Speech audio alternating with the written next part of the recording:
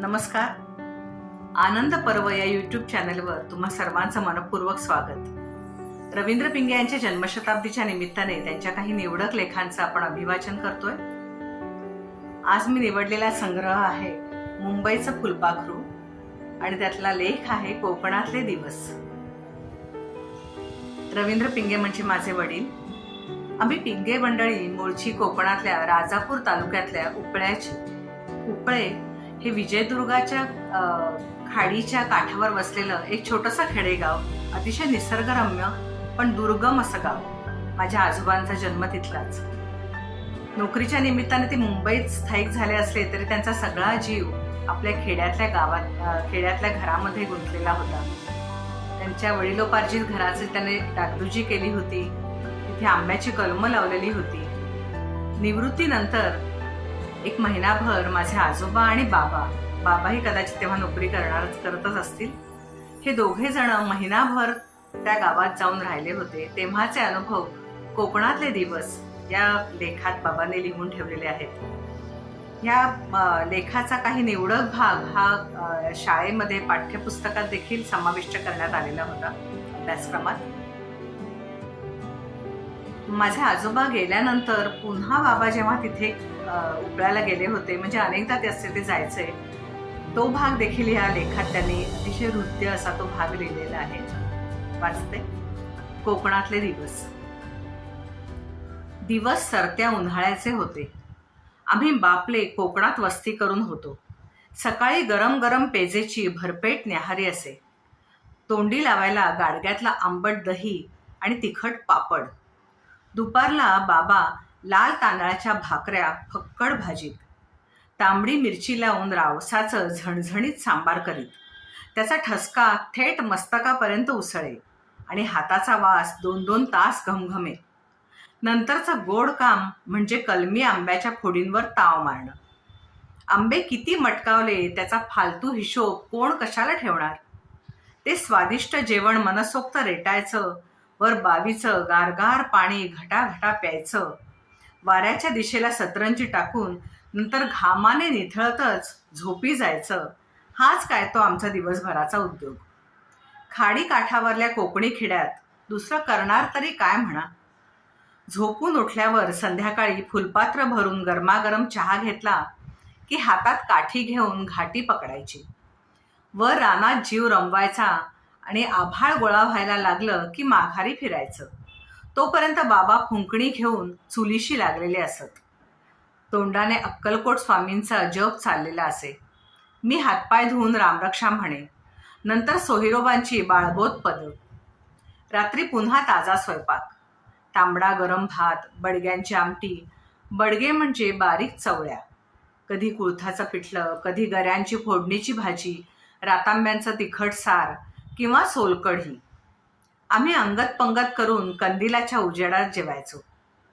जेवणं यथासांग आटपली की भांडीकुंडी नीट जागेला लावायची आणि मोकळ्यावर अंगणात बसून दुसऱ्यांच्या इस्टेटीच्या मनसोक्त गप्पा मारायच्या. पडवीत झोपाळा होता. अंगणात मांडवाखाली माचा होता. हे 2 आमच्या आनंदवन भुवनाचे जय विजय. घरचे असोत व दारचे, मंडळींनी पहिली वर्दी तिथे देण्याची वहिवाट होती. मी हमेशा झोपाळ्यावर असे. बाबा देहाने कुठेही असोत, त्यांचा जीव सदाचाच झाडामाडात असे. कलमांचा विषय निघाला की त्यांची ब्रह्मानंदी टाळी लागे, म्हणत, हे सर्व तुमच्यासाठी केलंय, तुम्ही ऐश्वर्य भोगा. दिवस असे एकमेकांना धरून असण्यातल्या आपुलकीजन्य सुखाचे होते. आमच्यापाशी दिडक्या नव्हत्या. शांत समाधान काठोकाठ होतं आणि कलहाचं तर नाव सुद्धा नव्हतं.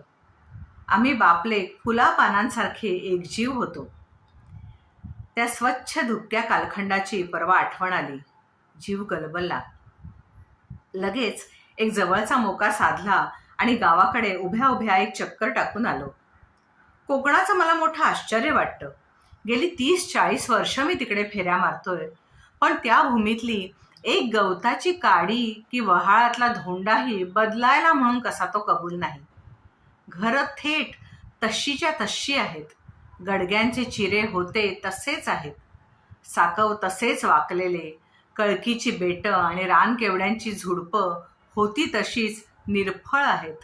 गुरवांची धाब्याची घरं बदललेली नाहीत. विहिरी आणि डबरे होते त्याच स्थितीत आजही आहेत. मुसलमान बंदरातल्या उघड्या होड्या, जाळी, नागडी पोरं, बदकं, शेळ्या सारं काही पूर्वी होतं तसंच आहे. दारासमोर वाळत टाकलेल्या सुक्या मासळीचा आणि कैऱ्यांच्या फोडीचा तिथला भपकाराही तसाच खारपट आंबूस आहे. 30 वर्ष झाली, पण बंदरातलं तरीचं हुडकुलं अजून बदललेलं नाही. त्याच्या बुडापासचं शेवाळ होतं तसंच हिरवंकंच आहे. गावकऱ्यांच्या चिरगुटात सूत बदललेलं नाही की शाळेच्या भिंतीतून घुमत घुमत बाहेर पडणारा पोरांच्या घोकमपट्टीचा सूर बदलला नाही.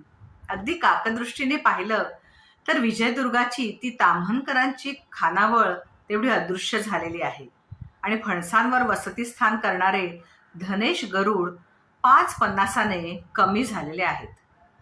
एरवी वडांवरची शेकडो वटवाघळंही अगदी पूर्वी होती तशीच उलटी टांगलेली राहिलेली आहेत आणि कोकणचा कॅलिफोर्निया झाला पाहिजे हा फुकाचा आकांत तर मला वाटतं पुढची 100-200 वर्ष तरी परशुरामाची ही उदास भुई सोडणार नाही. ही परिस्थिती गाव भागात.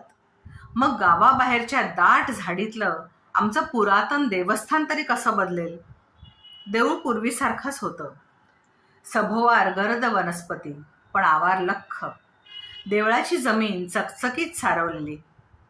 कोपऱ्यात देवीच्या उंच रंगीत काठ्या, मुखवटे, छताला टांगलेली देवीची पालखी, समोर पूजा अर्चा केलेले देव, बाजूला मोठी सहाण, गंधाचं खोड, अंगाऱ्याची दगडी लंगडी, चाफ्याची, जास्वंदीची फुलं, खारींचा आणि साळुंक्यांचा बिनधास्त संचार, निवळशंख शांतता आणि बांबूच्या पानांमधून वाहणारा वारा. प्रसन्न वाटलं म्हणून बसलो. थोड्या वेळाने 2-4 शाळकरी वयाचे मुलगे वणवणत आले आणि मला बसलेला बघून बावचळले. फिदी फिदी हसले आणि धूम पळाले. मी ओळखलं. आता गावाला वर्दी मिळणार. मागोमाग डोईला रुमालाचा पिळा गुंडाळलेला म्हातारा गुरव हजर झाला. पाहुणे कवा आले? त्याने आनंदाने विचारलं. काल रात्राणीने निघालो, सकाळी आलो. जरा घाईत आहे. म्हटलं परतायच्या आत देवाला हात जोडूया. बरं चाललंय ना तुझं? बेश आहे. देव सेवा करून घेत आहो तो सर ठीक आहे. तुम्ही मुंबईवाले ठीक ना? लेकरा बाळा इतको खर्च करून येलास तशी 2 दिवस अगोदर तरी यायचा. परवा शुक्रवारी देवीचा जन्म नव्हतो. केवढी आरास मांडलेली गाववाल्यांनी. रातभर मेळे नाचले, पावरीवर भजना झाली, चाय पाण्याची नुसती लूट उडवली नी. अरेच्छा, देवीचा सण झाला का परवा? होय ना, ताच सांगताय मी. गावकऱ्यांची केवढी जत्रा जमली होती. तुमचं मुंबईकरांचं पत्तोच नाही. असं काय ता? तुम्ही मंडळी गावचे अष्टाधिकारी ना? मग येऊक नको तुमका देवाच्या जत्रेक? मी उशाळलो. आम्ही ग्रामदेवताचे महाजन तर आहोतच, खेरीज अष्टाधिकारीही आहोत. अष्टाधिकार म्हणजे जल, स्थल, तरु, तृण, काष्ठ, पाषाण, निधी आणि निक्षेप ह्यांचे अविच्छिन्न मक्तेदार. माझे पणजोबा स्वतःच्या बुद्धीने कवनं रचून ह्या देवीसमोर गायचे म्हणतात. पंचक्रोशीतले खेळे अंगणात नाचत, पायली 2 पायली भाताच्या बदल्यात दशावतारी आख्यानं त्यांना माझे पणजोबाच बेतून देत. आणि मी अन्यत्र ह्या हाताने पैसे घेतो आणि त्या हाताने लिहून देतो. हे कालमान परत्वे ठीक आहे, पण पूर्वजांनी जोजावलेल्या देवस्थानच्या वार्षिक सोहळ्याची एक ठळक तिथीही माझ्या लक्षात राहत नाही. हे कशाचं लक्षण आहे? माणसाला इतकी ऐट कशामुळे चढते? शहरी सुखांनी मनावर इतकं गारुड करावं? इतकं? खंत वाटली. खट्टावून तसाच माघारी फिरलो. हातपाय धुवून झोपाळ्यावर टेकलो. झोका दिला तेव्हा कड्या अगदी पूर्वीसारख्याच करकरल्या. पण पूर्वी मी आर्या, साक्या सटासट म्हणू शकत होतो. आता ते सारं धन शून्यावर आलंय. काही केल्या काहीच आठवत नाही. खरं तर झोपाळ्यावर बसता क्षणीच जीव जास्वंदीच्या फुलासारखा टक्क फुलून आला पाहिजे. मला मात्र करमेना. वाटलं कुणाला तरी हाक मारावी, पेच पाणी करायला सांगावं. पण टळलेल्या त्या तिन्ही सांजेला जवळपास होतं तरी कोण? पलीकडे विहिरीवर बाया माणसांची बडबड चालू होती, पण त्यातली माझ्या परिचयाची अशी एक सुद्धा दिसेना. बहुतेक जणी गावात नव्यानेच उगवलेल्या दिसत होत्या. त्या गावातल्या नव्या सुना होत्या. त्यांचे हिरवे चुडे, पायातले पैंजण त्याची ग्वाही देत होते. एक दोन प्रौढ बाया घागरी घेऊन दिसल्या. बहुतेक गावात बदलीवर आलेल्या ग्रामसेवकांच्या किंवा मास्तरांच्या त्या माघारणी असाव्यात. त्यांची वळणं उपरी वाटली. पूर्वी वाडीत आम्हा आप्तांची 6 घरं हारीने होती. पैकी आज 2 पडलेली होती, 4 बंद होती. झाडून सर्वांचे मालक आटोपलेले होते. त्यांनी त्या वास्तून नांदत्या राहाव्यात, पडवीत दिवा लागावा म्हणून जीवाचा केवढा आटापिटा केला होता. कुणी वेंगुर्ल्याहून मलबारी अननस आणून लावले होते, तर कुणी कोर्ट कज्जे करून पाटाचं पाणी मोठ्या हिमतीने आपल्या आवारातून खेळवलं होतं. त्या सर्व खटाटोपाचं भस्म मी सभोवार पाहत होतो. ज्यांनी इथे सुखे नांदावं असं स्वप्न होतं, ते गावकऱ्यांमधल्या पांढरपेशांचे पोरगे पोटापाण्यासाठी दूर दूर भटकत होते. कोणी रेडीला खाणीवर होता, तर कोणी तिकडे नकाशात सुद्धा न पाहिलेल्या निजामीत. शांत बसलेला माणूस पाहून समाधान वाटतं. कोकणात पूर्वी तसं वाटायचं. शांत बसलेल्या माणसाच्या डोळ्यात अश्रू डबडबताना दिसले तर मात्र खिन्न वाटतं. आजच्या कोकणात तसं वाटतं. रात्र कशी गेली ते माझं मलाच ठाऊक. हसरं बाळ रांगत रांगत जवळ यावं तसा दिवस समोर आला. अगोदर आभाळ भगवं झालं, मग सोनेरी मुलामा चढला. हळूहळू ते निळसर झालं. वेलींना फुलं आली, पाखरं ताजीतवानी झाली. विहिरींवर लेकी सुनांचा वावर सुरू झाला. दूर पाणंदीतून शेतावर निघालेली जवान गडी माणसं दिसायला लागली. कुणीतरी सवंगडाला शेतातून पुकारा घातला. गाव जागा झाला, त्याची खूण पटली. पण मी एकट्याने बसून काय करायचं? भूकही लागली. मागोमाग कल्पना सुचली, तरीवर जायचं आणि तिथल्या दुकानात शेंगदाण्याचे लाडू खायचे. निघालो.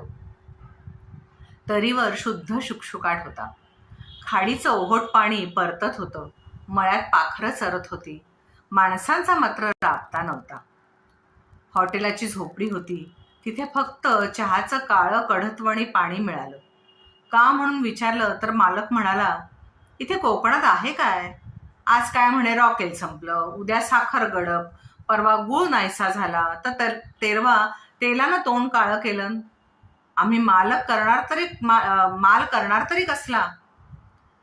बरं केला तरी खपणार कसा? रव्याच्या लाडवाला घरात 60 पैसे पडतात, म्हणजे 70-75 पैशांनी तरी तो विकायला पाहिजे की नको? पण इकडे पब्लिक म्हणजे काय विचारता? 12 आण्याचा लाडू पोरांच्या तोंडी लावण्यापेक्षा 10 आण्याची ताडी स्वतःच्या तोंडाला लावतील आणि उरलेल्या 2 आण्याच्या विड्या ओढत बसतील. आम्ही खुळे म्हणून हा वाडवडिलांचा धंदा चालवत बसलोय. तरीवरून शाळेकडे वळलो. तिथेही शुकशुकाट. तिथून तलाठी भाऊंच्या वस्तीकडे वळलो. त्यांच्या घरातही शुकशुकाट. मात्र पडवीवर बसलेला एक माणूस दिसला. त्याला विचारलं, आज कुणीच कसं दिसत नाही? गावकरी गेले तरी कुठे? त्यावर तो उत्तरला, आज सुट्टीचा दिवस ना, हल्ली माणसं बदलीवर येतात. बहुतेक जण गावात सडेच राहतात. शनिवार रविवार एसटी पकडून आपापल्या गावात मंडळींकडे धावतात. आज तुम्हाला कामाचा माणूस दिसणारच नाही गावात. तुम्ही कोण?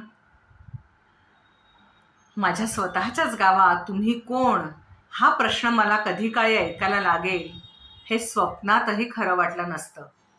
मी ओळखायचं ते ओळखलं. जरा इकडे तिकडे केलं, पुन्हा देवळात डोकावलो, घरी परतलो. देवाला हात जोडले आणि बाड विस्तरा गुंडाळला. पुन्हा तरी गाठली, चहा प्यायलो. नंतर पलीकडे गेलो. तिथे फुटेस्तोवर भरलेली एसटी आली. तिच्यात स्वतःला लिंपून घेऊन मी माझ्या शहराकडे भुरकन निघालो. मन मोठं तिरपांगडं आहे. शहराकडे भर वेगाने निघत असताना मला वाटायला लागलं, मी हळूहळू म्हातारा होतोय. येणारे ते अटळ दिवस अलगद पावलाने आले आहेत. पिकलं पान झालेला मी पुन्हा कोकणातल्या माझ्या रेजांच्या घरी परतलोय. मुंबईकडे डोळे लावून आणि आमच्या कुलस्वामिनीला पोराबाळांच्या कल्याणाची गाऱ्हाणी घालून एक दिवस मीच आटपलोय. आणि मग माझा प्रौढ झालेला लेक देवासमोर हात जोडायला गावी उभ्या उभ्या आलाय. उत्पन्नाच्या नावाने शून्य असलेल्या आणि तृप्त वस्तीचं सुख सरळ सूत मार्गाने लाभू न देणाऱ्या कोकणी भूमीचे आणि वडापाव खाऊन राहणाऱ्या शहरवासियांचे संबंध तेव्हाही आजच्यासारखेच कडूगोड आहेत. तोही दिवे लागणीच्या वेळच्या सुन्न शुकशुकाटाने धास्तावलाय. त्याची रात्र कशी बशी निभावून जाते. तो सकाळीच देवळात डोकावून येतो, आगरातून फेरी मारतो, कलमं न्याहाळतो, देवाला हात जोडतो, बॅग उचलतो, तरी गाठतो, चहा पितो, खाडी पार होतो.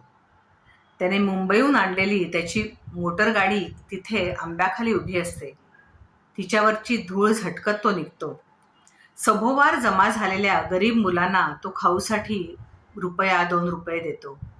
गाडी सुरू करतो. नदी पलीकडल्या गावाकडे पुन्हा एकदा पाहून घेतो. त्यावेळी त्याला माझी आठवण येते, जशी आज या क्षणी मला माझ्या म्हाताऱ्या बाबांची आठवण प्रकर्षाने येत आहे.